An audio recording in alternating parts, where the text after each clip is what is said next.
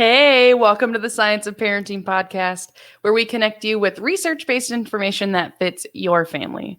We'll talk about the realities of being a parent and how research can help guide our parenting decisions. I'm Mackenzie Johnson, parent of two littles with their own quirks, and I'm a parenting educator. And I'm Lori Hayes. I have three children, all in different life stages. One is launched, one's in college, and one is in high school. And I'm also a parenting educator. And today we are talking about parenting stress. Yes. And how to find joy, right? In the midst of, that's kind of our focus here in season 2. We're going to find some joy, even though parenting stress is a reality. Yes. Mm-hmm. And in doing some of the prep work for this episode, some of the reading that we were doing and some of the different articles talked about how parenting stress is both similar to other kinds of stress in terms of how we can manage it, but it's also kind of unique because parenting stress affects our relationship with our kids in a different way than other stress does. It is unique. It's similar, but it's different. It's both. Yes. So, in your opinion, why do you think that'd be the case? Why do you think parenting stress is different than other kinds of stress? So parenting stress is both personal, and sometimes we don't want to acknowledge that we have stress. We have to pull ourselves up by our bootstraps and make it through. But at the same time, it also involves these little human beings in our lives, or big human beings, right? Mine are 2 adults, right? So yeah, it involves other people as well as ourselves. So that's what makes it unique. Mm-hmm. It is. How about you? It's different. And I think you make a great point about it being personal. It is such a core part of who we are and what we believe about people and how we want to bring these little people or big people into the world to be big people. And it's personal. And I think the feelings of the long-term impact of what we do. We're shaping these people into people.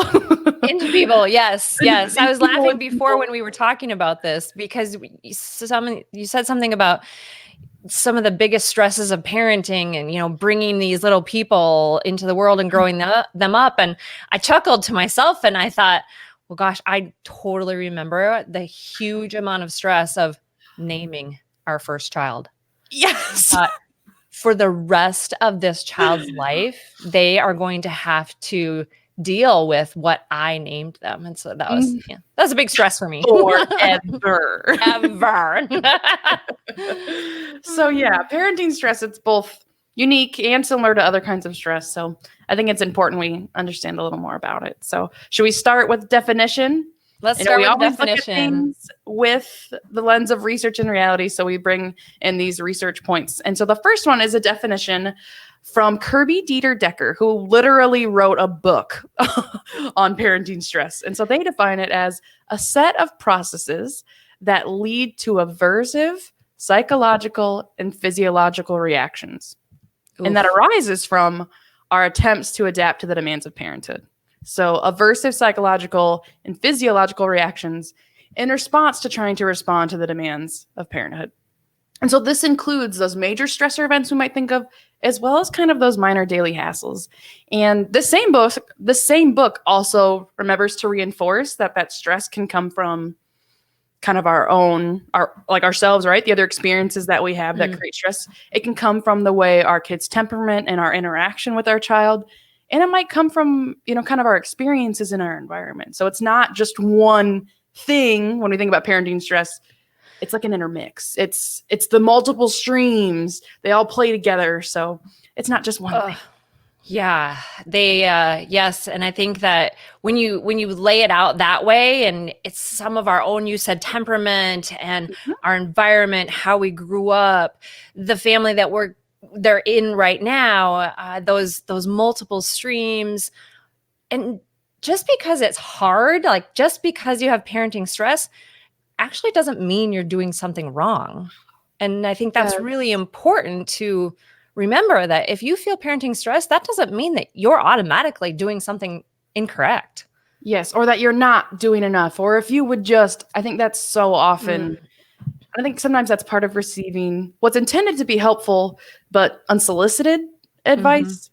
It's like, well, if you would just is almost kind of what feels like the message. And so, yeah, if you have a child who doesn't sleep well at night, or if you are a parent who's experienced a lot of stress from work and that's pouring into your relationship with your significant other and your kids, and it can feel like you're doing it wrong. And that's, it's the multiple streams. It's not one thing, and it's not, you're doing it wrong.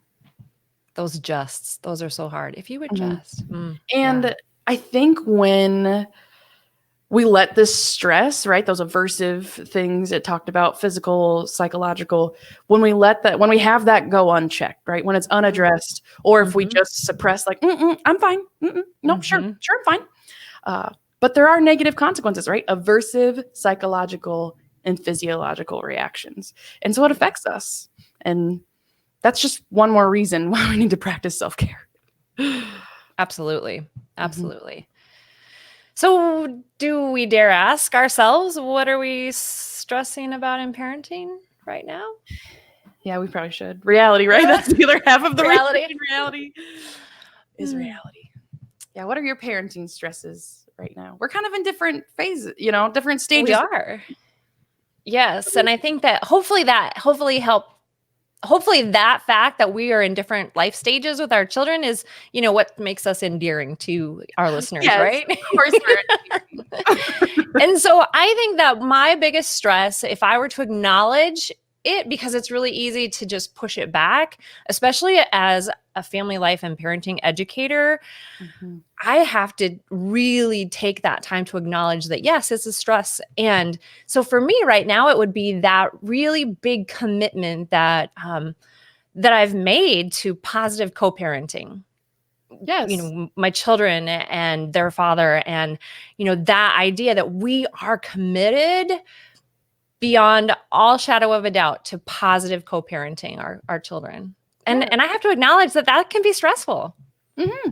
Navigating co-parenting in any, like, that can be stressful. In any stage of parenting, for sure. How about you?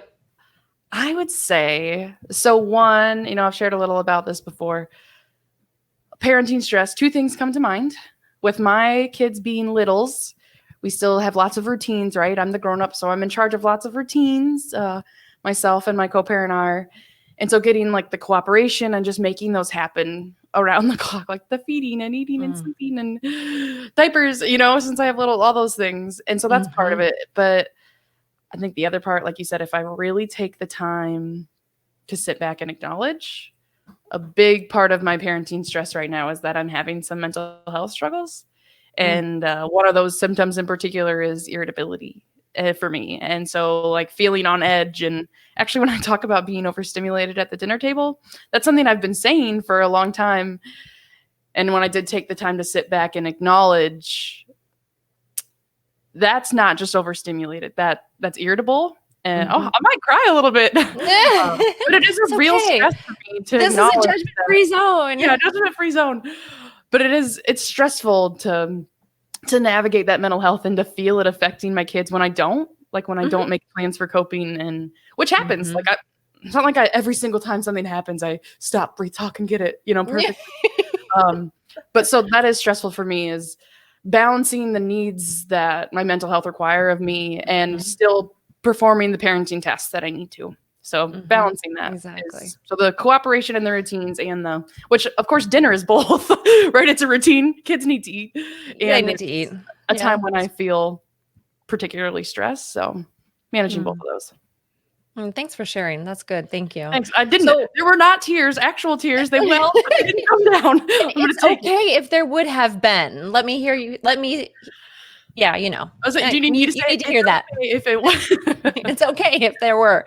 Let's look at this other research point. So, high levels of parenting stress actually can impair warm, responsive parenting and provoke harsh caregiving. So this is from the Journal of Family Psychology, and it's sharing with us about how parenting stress can also negatively influence that parent-child relationship. And according to this finding, parents who suppress feelings of stress around their children might actually increase their stress. So I would encourage you to keep acknowledging your stress and not suppress the stress. Yeah. And Yeah. so that the like harsh parenting kind of not ringing in my ears in a way of like, oh, if you don't do your stress, you're doing it bad. Not that. But when I think of that example I shared about the corn and the milk, like when my daughter poured her milk in her corn and I was like, what the? Ah! And I was harsh. That's the word that comes to mind is I was stressed and I wasn't managing that stress. I was trying to just like, it's fine. And it resulted in me being harsh with my child in a way that I normally wouldn't have if I wasn't feeling that stress. And so I think this research bullet, actually kind of both of them together are important, acknowledging that there are negative effects for us when we don't manage or deal with our stress.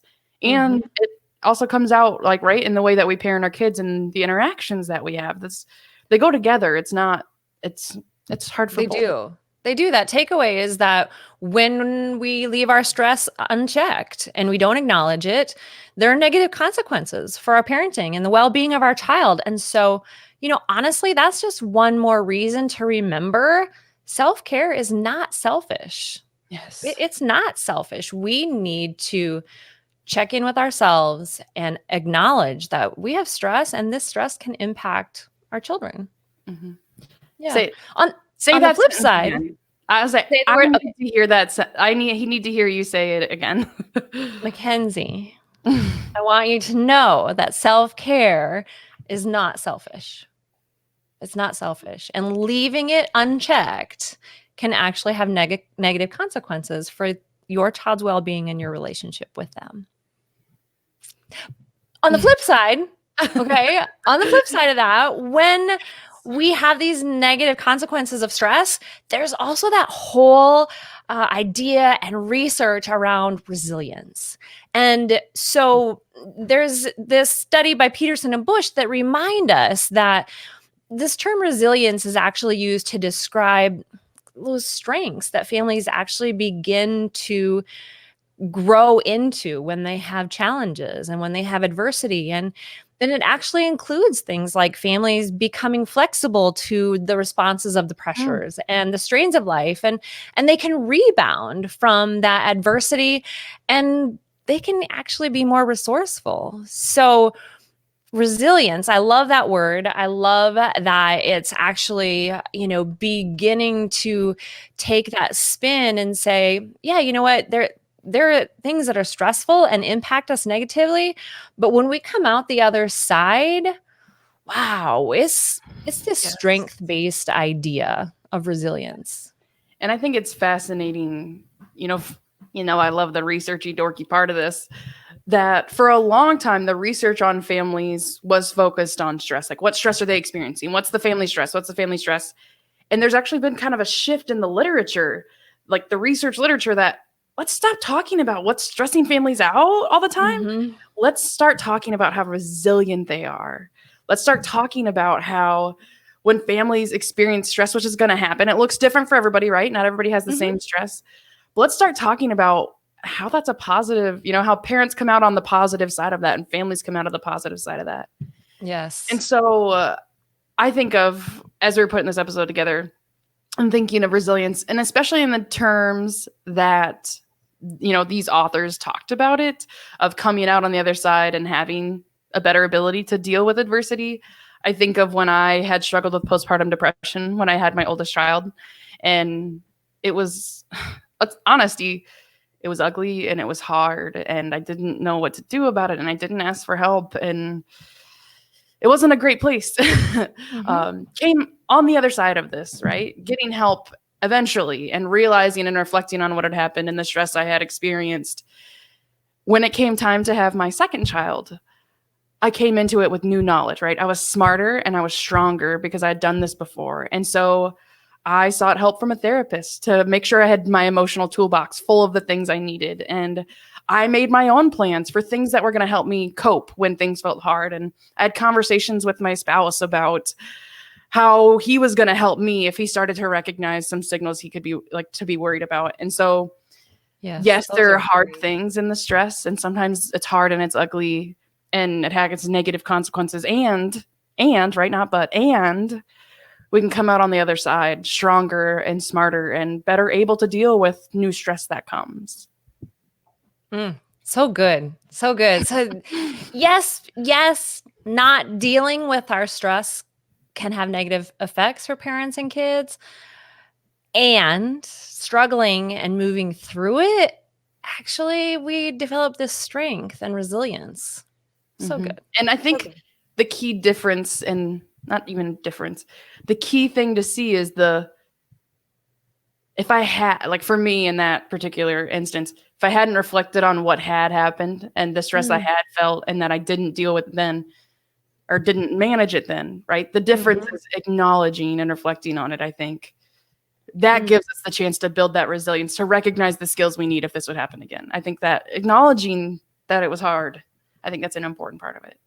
100%. 100%. I know that I didn't acknowledge some of the stress that my children might have when I moved them across state lines. Like we moved from one state to another about the time my oldest was in middle school. And I remember people saying, "Oh, you're going to ruin her. You can't move a middle schooler." And I thought, no, I'm a family life educator. I'm a parenting educator. I can do this. And so I shoved all my own stress down, and my kids did great, but they had stress. Like they all had some type of small health issue, large health issue, even one that I just couldn't acknowledge that was their stress because I wasn't acknowledging my stress. So acknowledging stress is so important. Yes. And we actually have this family stress model that we could look at if we want to look at this last point of research here, that it seeks to kind of have an understanding of family stress. And it's called the double ABCX family stress model. Yes. ABCX. Yes. And essentially what it does is it says that there are 3 components to how families handle stress. Okay. So they have this pileup of demands. So things pile up. Stressors. The stressors, right? The family has these responses. How do they adapt and use their resources? Which resources do they tap into? You said toolbox. What pieces and parts in the toolbox do they pull out to navigate and adapt? And then what's their perception of the stress, their individual perception, not someone else's perception of how stressful or how not stressful that event is. So this ABCX model focuses on the pileup of demands, the adaptive resources that they tap into, and the perception they have of the stressor. And I think it's important to acknowledge, one of the reasons I like this research model is it doesn't say like, well, the pileup of demands is this. This looks different for each of us. And then same thing with the resources, right? It might be our experiences. It might be, right? How close do I live to family members who can help me with my kids? How, like our social economic status, our co-parenting situation, each of these things, whether in our control or not, are in that list of resources and our skills in our toolbox also. And then same thing with that perception. It's not that there has to be having a second child is like a normative stress thing in terms of like adding to your family. There's going to be some stress there. My perception, because of my previous experience, like I thought it was, my perception of it looked different. And so it's important to acknowledge that too. Yes. So which of these, thinking about your stress that you shared earlier, which of these 3 parts do you feel like you tapped into to address your stress? Yeah. So my stressors I shared earlier about getting cooperation and routines with my littles and navigating my mental health. Of those 3, I think the biggest piece of the picture, actually it's kind of two of the 3. One is my perception of getting cooperation and routines. Like the more I understand about where my kids are at developmentally, it can change my perception of that cooperation and what my kids need. So the way I think about that in particular is important. And then also the ability to add to my toolbox, like my coping strategies and the strategies I have for getting cooperation, and that it kind of in that adaptive resources part. What about you? So At first, when we talked about this, I thought, oh, definitely the adaptive resources. When we moved, I did a lot of writing of letters, and I tucked them into the girls' boxes for later about why we moved and how we were moving closer to family. But the more I thought about it, the more I listened to us right now, I keep thinking about, okay, so now we had those resources, we had those tools when we moved.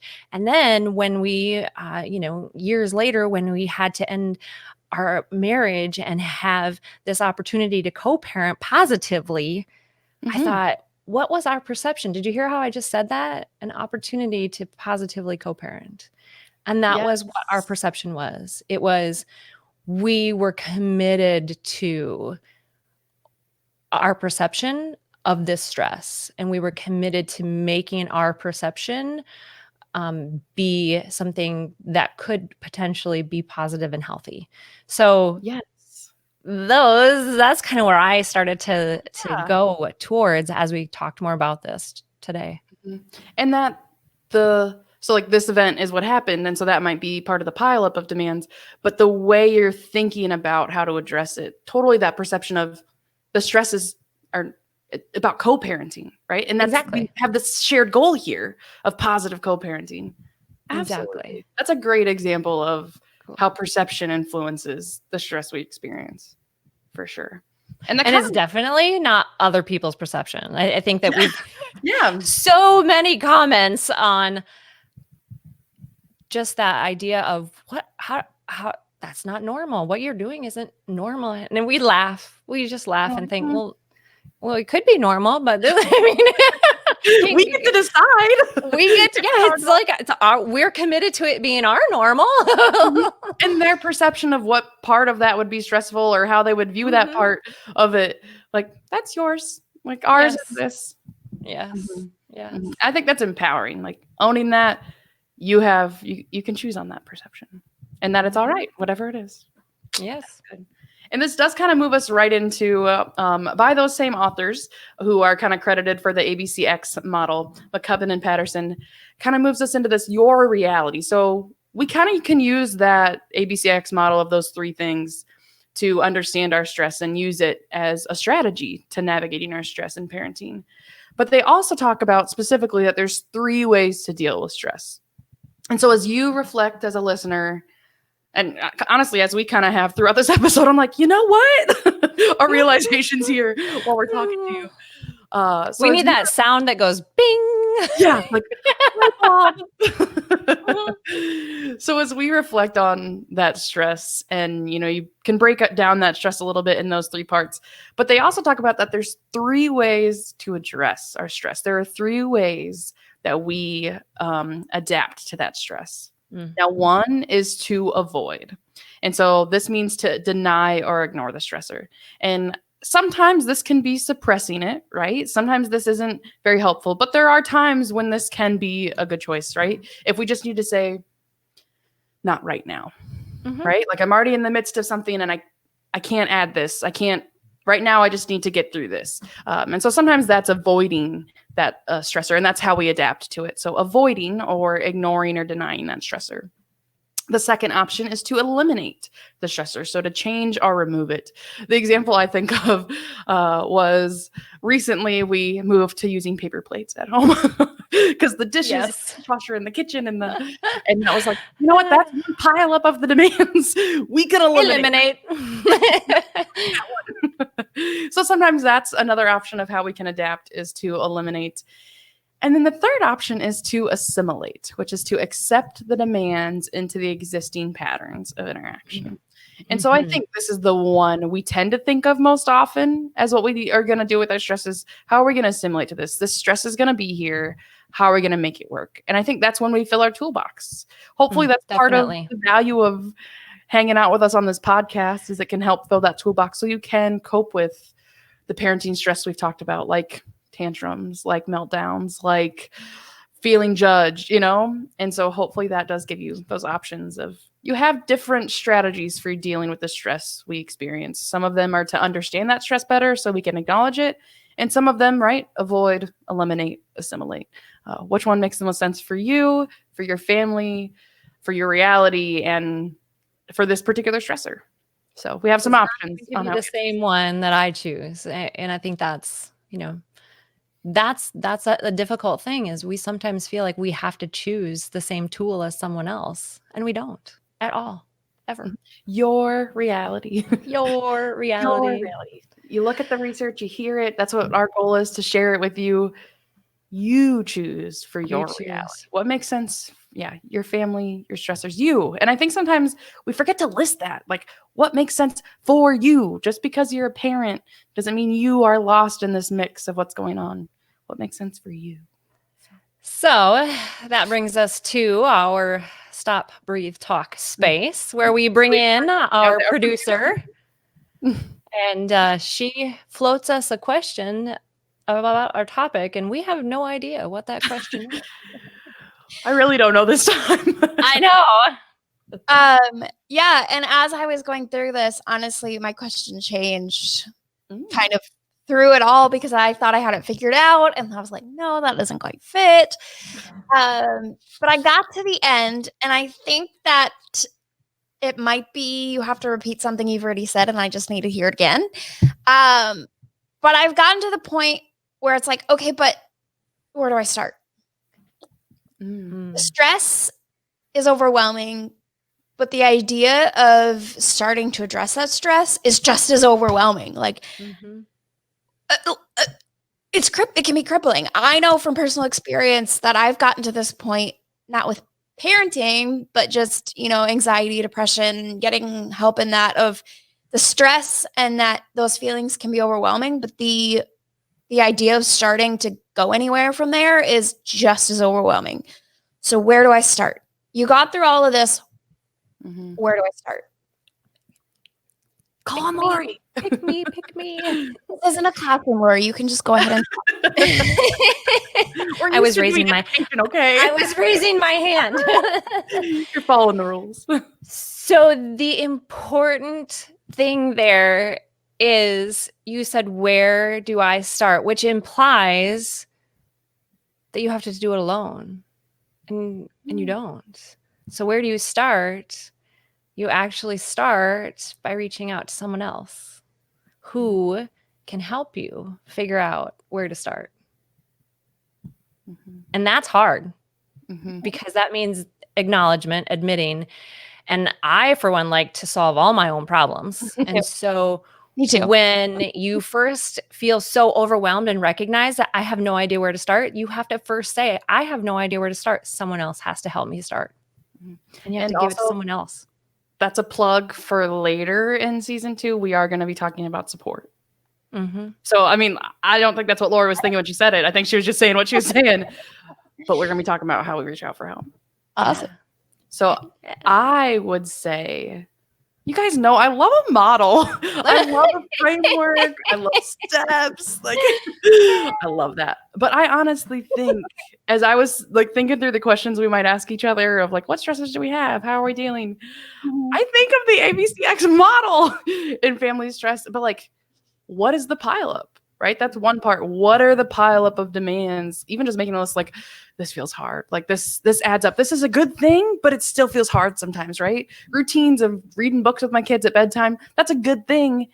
And it still can add stress. And so I think even starting with that model of what's that pileup? What are the things, what skills do I have that are helping me deal, or that I can ask for help to get more resources or learn more? And how is my perception playing a role here? I like a model. So I think thinking through that can be, at least for me, like, this is concrete. This is exactly what I can look at. And what research says are the factors, that impact us. So if there's one thing to know about Mackenzie Johnson, all you need to know is there's a model for that. There's a framework. Not everything.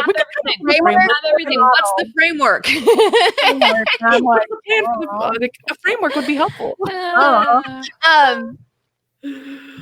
So as you were saying, reaching out for help, kind of going back to Lori, my gut reaction, and it sounds like a shameless plug, but it's really an offer, is if you're at a point, we're not therapists, we're not mental health providers, but if you're at a point where you're like, I don't know where to start, either send us an email and we'll help get you the resources you need, or call our Iowa Concern hotline, because they don't judge. They're just here to help you find resources, maybe connect with someone. And they're trained professionals. Right. And so helping people navigate stress and concerns. Right. So feel like if you have no one to turn to, shoot us a message and we'll maybe help you get connected, or call the Iowa Concern hotline, because let me tell you, they aren't going to judge you for what you're going through. Yeah. They're right there with you. So sorry, that's what I thought of as you were saying that. Of like, don't apologize. That was awesome. Thank you. You can kind of be that for them. Yeah. I know. Sorry, I'm kind of going off on a tangent, but I know that like it can be scary to reach out to family, because they might family me like this, or my friends, or my coworkers. Yes. But if you're reaching out to someone that like doesn't really care, like they care, but they aren't going to judge you. That might it's a resource. So, all right, I'm awesome. I'm always curious which direction she's going to take us. You know, the questions she's going to ask, and that I always think they're good ones. Like every single time, I'm like, they are. That's a good question. And no matter how much we try to say, well, you could ask us this, she refuses. Yeah. She just refuses. Yeah, she just thinks along the way, and she's got a plan. But they're good. They're always good. We trust her. So thank you for joining us today on the Science of Parenting podcast. We are so glad that you're here. Remember, subscribe to our weekly audio podcast on Apple, Spotify, or your favorite app. Watch us weekly on Facebook. And then remember to find us live once a month on Facebook as well. We enjoy taking your comments and questions. And you've been emailing us, so we appreciate that as well. Mm-hmm. So season 2 will continue along this path. Keep following along with us as we talk about finding joy, navigating some of the self-care and parenting. So come along with us as we tackle the ins and outs, the ups and downs, and the research and reality all around the science of parenting.